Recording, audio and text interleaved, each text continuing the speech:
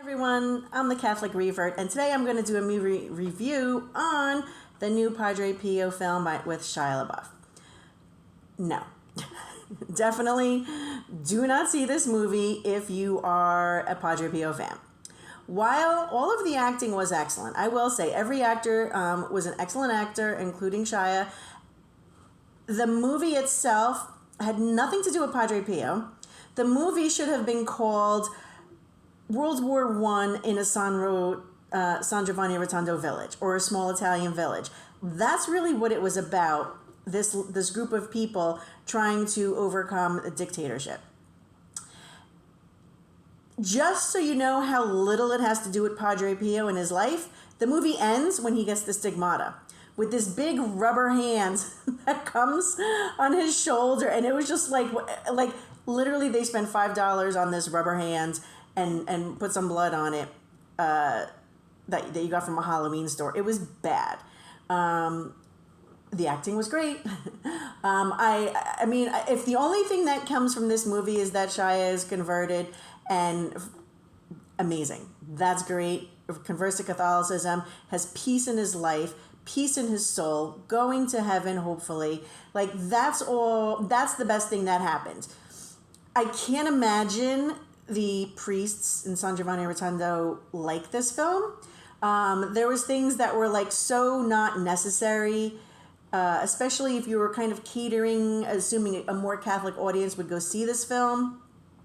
We did not need to hear that confession that took place, like all the vulgar stuff that came out in that confession. And I was told not to see this movie. Like, the majority of Catholics are like, this is dumb, it's bad. But I was like, I love Padre Pio. I want to see for myself. And I want to see Shia LaBeouf act and like see how his conversion happened. I had no idea. I have no idea how he converted from the actual film. And the film definitely would not convert anybody. I could see how the backstory of him living with the monks, that and living the Catholic lifestyle, will convert you. But the film itself, nothing. The film is all, there's a confession scene when Padre Pio says, I can't help you, you need God. And I'm like, you're in persona Christi, hello? So that was weird. And then the confession itself was very vulgar. Like, a person was giving like major details about their fantasy. And that's not something you do when you go to confession.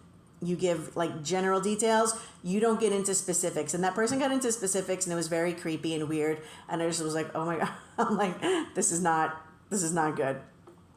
And it's just something that wouldn't happen or shouldn't happen. Or the priest would have said, stop, like before they even got that far. And then the scenes with Padre Pio were like weird. He was just very. If you didn't know anything about Padre Pio, you knew even less, maybe, after this film, except maybe he was a priest. Like, that's all you would really know about him. You wouldn't understand really the stigmata with just that last scene. You wouldn't understand how many people he brought to the church, the hospital, the town, the bilocation. You would know nothing about Padre Pio, other than if you were smart enough to figure it out that the devil was beating him up.